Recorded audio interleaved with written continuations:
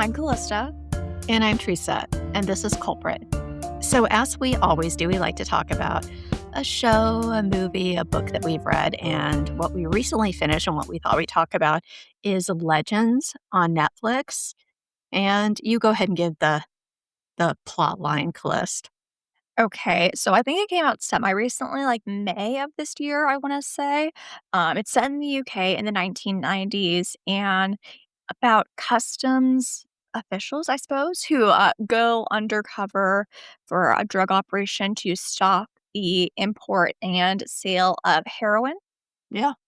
Yeah, and no, I think we'd seen a couple actors before because we always say the British acting community is small because we always kind of, I mean, that's not obscure. It's on Netflix. I think like maybe some of the things we watch on BritBox are maybe not obscure, but not as well known. It's like, oh, and I'm psychotic. I'm sure I've mentioned before, but oh, I've seen that person before. I have seen them, and they could have had some tiny little part in some, short-lived, 6-episode show, but I must find out what they have been in before.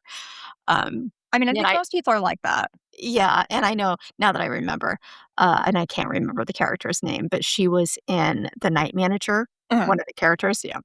Anyways, I thought it was okay. I was thinking I was gonna compare, like, a legend to a spy, but of course, that's not true. I really like spy stuff for some reason. I don't like actiony stuff, but I like the spy stuff. But obviously, a legend is like creating your backstory. So, you memorize your backstory so that, hopefully that you memorized it well, that you're not gonna get caught out for being, a customs, employee as opposed to like, some drug dealer.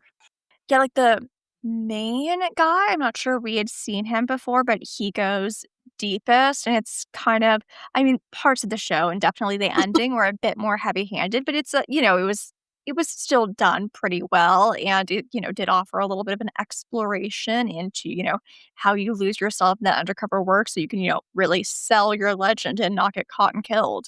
Yeah, and I was gonna say kudos to him. Yeah, I don't recall seeing the kind of the main guy in anything before either. I mean, and I know I mentioned this while we were watching it, I just had a little bit of a problem, and to be fair, I think there were 6 or 8 episodes, right? Yeah, I want to say eight. Okay. So, I mean, that's a fair amount of time to give you kind of, to explain what the character development and that kind of thing, but that it just seemed, hey, he's a customs officer, whatever you wanna call it. He works in customs, checks the bags, all that kind of thing. And then he just immediately adapts to being this drug dealer. I found that just a little bit far-fetched, just like, that he's so I mean, not that I would have wanted him to screw up or you have anybody else killed or have him die. Spoilers, he doesn't die. Nobody nobody could die. So I found that like that he just so adapted into that lifestyle. Just maybe just a wee bit, far-fetched. Yeah, I hear that. I mean, I do think they tried to kind of like caveat it with like his wife's past, like her career and like his childhood, but it was pretty abrupt. Although I guess, he was definitely bored checking bags. So I guess if you get the opportunity, you're gonna seize it. I mean, fair enough. Fair enough. And I did appreciate that I remember I watched this movie years and years ago, and it had Jason Patrick and Jennifer Jason Leigh, which you probably don't know who either of those people are, and that's okay. And it was called Rush, and I think they were cops, and they went undercover, like I'm not gonna remember the specifics, it was a long time ago. They went undercover, and he got addicted to drugs, and I get that, that makes sense, and I'm sure that happens, more often than not. You're gonna have to show that you're, testing the product or whatever, Mhm. but I kind of appreciated that they didn't really go down that, none of the customs people that didn't happen. Yeah, yeah. Yeah, yeah, because I don't always think that's necessary, but Yeah, no, I can totally see how that would happen, but yeah, I do think I guess it was more not like, in a sense, losing yourself to drugs, but losing yourself to, like, the lifestyle and, the hype you build up around this essentially character that you have to become. very true. Yeah, that's true. But yeah, I liked, their little supervisor person, who was formerly undercover as well. I enjoyed that. Again, I would say the last episode is probably the most heavy-handed with, they, almost, I don't wanna give away spoilers, but they almost have an issue and they, come out of it, but, I did appreciate that it's, somewhat based on a true story and how those customs officials hadn't been publicly acknowledged before then, even though it was like a major, drug bust under Thatcher, and so I did appreciate that tie-in. Yeah, I agree with that, and, yeah, sometimes I feel like that with a lot of things, like, they have to hurry and tie everything up and, make the audience give the audience what they perceive that the audience wants, so, yeah, maybe, things are going wrong and, no, everything is righted and everything turns out okay. Not, again, that I wanted things to turn out badly, but I do kind of hear that, and I always like loosely based on, real facts, Mhm. something that really happened, and I think wasn't it supposed to be, like, the biggest heroin bust or something in the UK at that point in time? I think Maybe so, yeah. yeah. Anyways, I'd say watch it, I'd say it's worth it. Yeah, yeah, I guess my complaint was that with that, it's just, anything based on a true story, obviously, I always like, how much are they dramatizing it? What are they making up? But no, I do appreciate, to make it into a show, they do have to do it to a certain extent, and I do definitely think it's worth a watch. Yeah, and I hear your point about the a true story kind of thing. I mean, yeah, how much creative license, has been done. Yes, yeah. But I suppose if there was no creative license, then it would just be a documentary. So there you go. Yeah, Yeah, this is true. yeah. Anywho, Alright, anything else? I don't think so. Okay. So, in addition to watching the fallout from recent anti immigration policies, we've all witnessed the rise in the related rhetoric. Who could forget when Donald Trump falsely claimed that illegal immigrants from Haiti had been eating pets in Springfield, Ohio during a 2024 presidential debate? Oh my God. Unfortunately, I watched that debate and can hear him saying, they're eating the dogs, they're eating the cats. Yeah, I lucked out in the sense that I didn't watch it, but I developed a visceral reaction to his voice in 2016, and even imagining his voice now makes me cringe. Or what about the garbage he spouted about the millions of migrants from mental institutions and prisons that Joe Biden let in throughout his presidency during his unhinged State of the Union address this February? It doesn't even need to be said that these comments were just more of Trump's typical bullshit. In reality, immigrants in the US have been incarcerated at a lower rate than native born citizens since this type of record keeping began in the late 1800s. While a Justice Department study from 2021 noted that there was a rise in prosecutions of immigrants between 1990 and 2018, around 90% involved individuals who had broken immigration related laws. US born citizens, on the other hand, were 5 times more likely to commit violent offenses and almost twice as likely to commit drug offenses. But you wouldn't know that from how the media chooses to present information. Exactly. One reason that unauthorized immigrants offend less often than native born citizens is that they live under constant threat of deportation and know that committing a crime could cost them everything. Why are we mentioning all of this? Apart from seizing any opportunity to criticize our current president, our case today discusses illegal immigration, so we decided to take the opportunity to do some quick debunking. With that out of the way, let's get into it. In recent weeks, 25-year-old Roberto Martinez-Marinero had been arguing with his mother, 45-year-old Jesus Ismenia Marinero, about money. On May 5th, 2015, Ismenia was at her son's house when the bickering started up again. Only this time, Roberto wasn't willing to let his mother walk away. Incensed beyond reason, he repeatedly stabbed her with a 6-inch blade and bludgeoned her with an aluminum baseball bat before leaving her to die in a ditch. Then, in a half baked attempt to cover up the first crime by permanently silencing the witnesses who were present when it was committed, he turned to the task of getting rid of both of his half brothers. Having heartlessly hoisted 5-year-old Josue Ramirez Marinero over the guardrail of the Highway 275 bridge in Omaha and tossed him into the Elkhorn River below. He left 11-month-old Angel Ramirez Marinero in a dumpster and didn't look back. Jesus Ismenia Marinero, who was known to her loved ones as Ismenia, could never have predicted her or her children's fates. Born in El Salvador, she was one of 9 siblings. By the time Ismenia was 29, she had 5 children of her own, all of whom she was struggling to support as a seamstress in a sweatshop.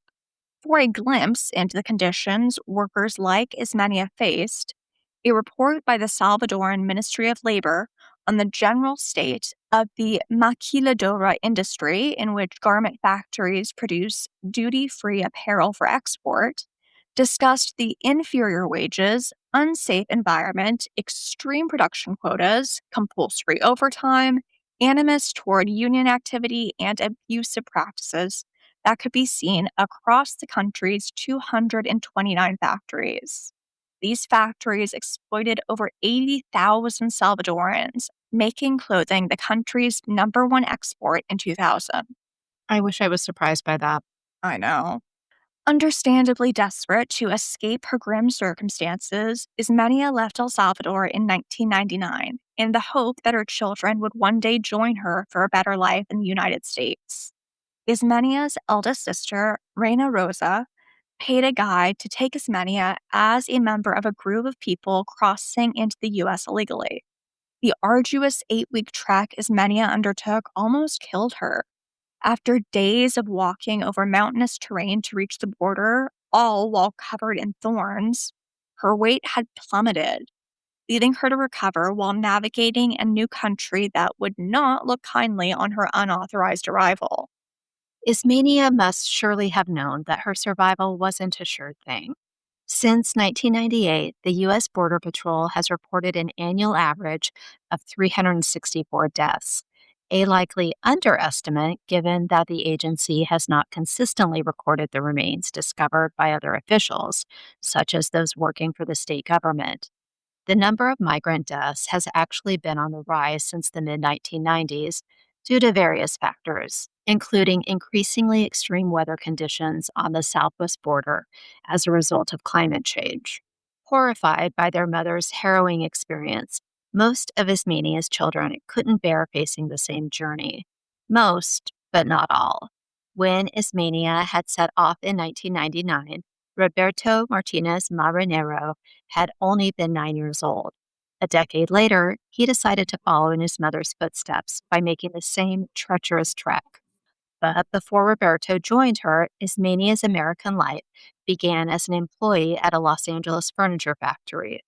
4 years after her arrival in 2003, some of her friends mentioned working at the meatpacking plants in Omaha, Nebraska. Taking this type of job meant working 12 to 13-hour days, occasionally 7 days a week. But she didn't need to speak English, and she could make more than $14 an hour, which wasn't bad for a manual labor job at the time. So Ismenia made the move.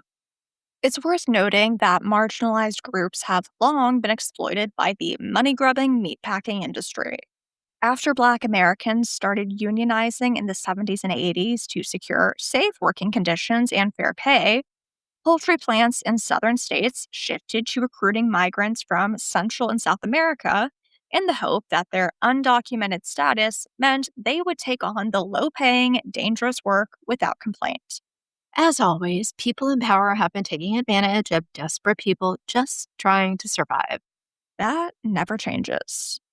As of 2005, 2 years after Ismenia took the new job, it was estimated that 20 to 25% of meat packing and processing workers were undocumented migrants. Despite the nature of the work, while in Omaha, Ismenia continued putting down roots, bringing home 2 more children, Josue Ramirez Marinero and Angel Ramirez Marinero. The births of her 2 younger sons and the arrival of her older son, Roberto, should have marked a new, happier chapter in Ismenia's life, one in which she was rebuilding her family. Instead, the last months of her life were filled with fear and upheaval. Since January 2015, Her house had been broken into more than 3 times. During one of the burglaries, the intruder had spray painted the walls of her home. Yet, this crime would seem childish in comparison to the one to follow. On April 22nd, Ismenia was at work when her home was set ablaze. As a result, she spent the last 2 weeks of her life at her eldest sister, Reina's home, where she continued to live in dread. Men had started following her, and she had become understandably worried about her safety, even asking a friend to look out for Josue and Angel if anything happened to her. When the break ins first began, Reina had worried that Roberto might have ties to a gang and that the trouble would only continue. With that in mind, Reina had encouraged her younger sister to go live with family in Virginia, but Ismania had refused.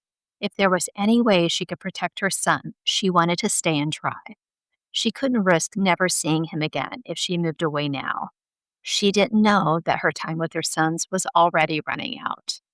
Around 4 in the morning on May 6, 2015, the Omaha police arrived at 5008 South 48th Avenue after receiving a report that the mother and children living in the home, Jesus Ismenia Marinero, and her 2 young sons, Josue Ramirez Marinero and Angel Ramirez Marinero, were missing.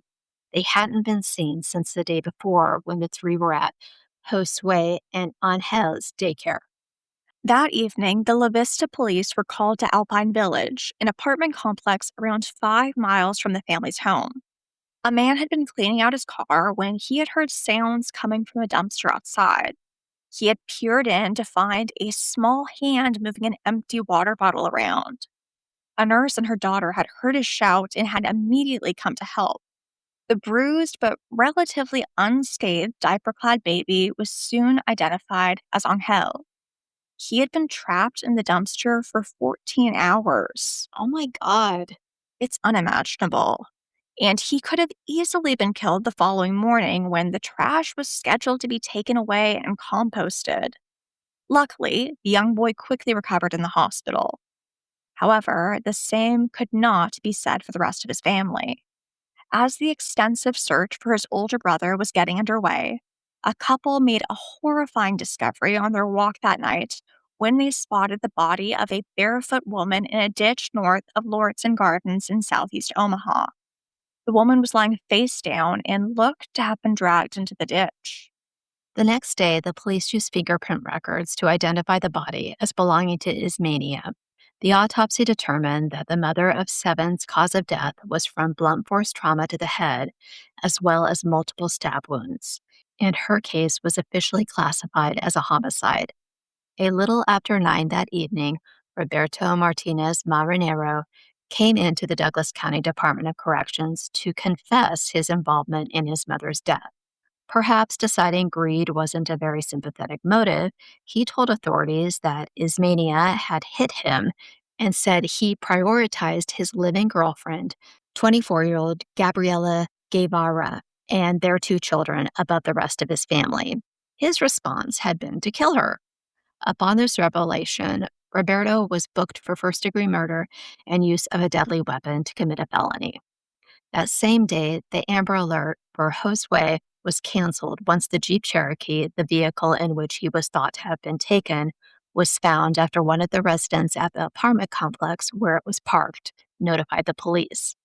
While she didn't call it in at the time, a neighbor reported having seen someone wearing a black hoodie and black rubber gloves getting out of the car and walking down the street. Yet, neither this statement nor the vehicle itself led to Josue's location. Although authorities processed the Jeep, all they discovered inside were 2 empty car seats. 2 days after the missing persons report was filed, police still hadn't located Josue. Now armed with Roberto's admission, authorities were working under the assumption that the 5-year-old had been thrown into the Elkhorn River west of Omaha, and a multi-agency ground, air, and water search of the area was launched. But while Josue's fate was still up in the air, his little brother's ordeal was finally coming to an end. The rest of the boy's family had been asking for Angel since Roberto's arrest, but it wasn't until the evening of May 8th that the 11-month-old was returned to them. For the past 2 days, he had been under the custody of Child Protective Services as a ward of the state. Now, though, the reunification was made complete when Angel and Josue's father, Jose Ramirez, was released from the immigration hold he had been detained on after police first interrogated him regarding the unfolding events. The following day, 2 dive teams and over 100 volunteers went back to the Elkhorn River to continue the search for Josue. Around the same time, authorities made an announcement. Roberto's girlfriend, Gabriela Guevara, had been arrested as an accessory in Ismenia's death.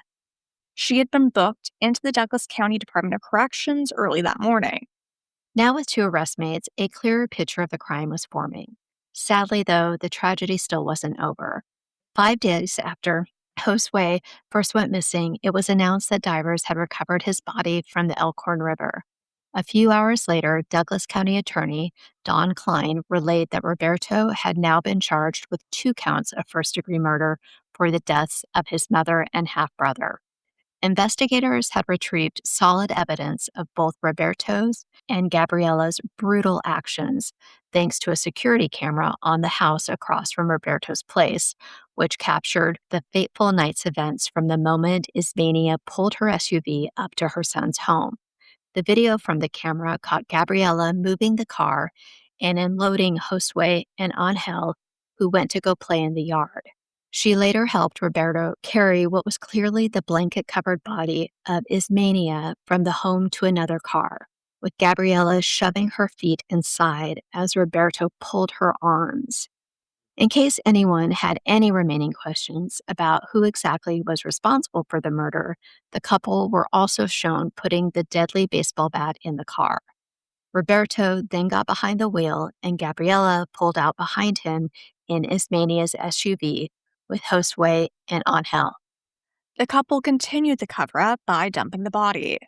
To make matters worse, Gabriela, who had left her own children at her parents' house, then remained by Roberto's side as he attempted to kill his half brothers. Cold-hearted wench. Seems like she knew exactly what was going to happen. Yeah, it's kind of hard to see it any other way. And even if she objected, Roberto certainly didn't listen, since he threw a still alive Josue to his death before disposing of Angel. Despite denying the accusations against her, Gabriela was charged with 5 felony counts of accessory due to assisting Roberto by moving and disposing of Ismenia's body and ditching a cell phone to mislead investigators. As for the murderer himself, Roberto pleaded guilty to 1 count of using a weapon to commit a felony and 2 counts of first-degree murder in the Douglas County District Court on February 10, 2016. Having avoided the death penalty with his guilty plea, he was instead given 2 consecutive life sentences for the murders and 5 additional years for the weapons charge. That same month, Gabriela pleaded not guilty to 5 counts of being an accessory and requested that the judge disregard her statements to the police. However, later that year, she pleaded no contest to the accessory charges, as her defense argued that she had severe physiological issues due to having been a victim of rape and trafficking in Mexico. They also contended that Roberto abused her, which the judge took into account when giving her a 3 to 7 year prison sentence, with the credit for the 574 days she had already served on December 2nd, 2016. She may have been denied parole nearly a year and a half later, but to Ismenia and Josue's family, even her full sentence didn't reflect the severity of her crimes. Still, their focus remained on taking care of Angel. Just as his family will always remember his brush with death, the young boy's narrow escape wasn't forgotten by the officers who responded to the scene. In addition to staying in contact with the family, they pooled their money to buy him presents for the first of a lifetime of Christmases without his mother or older brother. Next time, we'll be discussing the case of Stephen Sodden. All the sources we used for this episode are in the show notes below. If you'd like to suggest a case for us to discuss, you can email us at culpritpodcast@gmail.com. You can also follow us at culpritthepod on Instagram and at culpritpodcast on TikTok. Feel free to leave us a comment, rating, or review to let us know what you think. See you soon.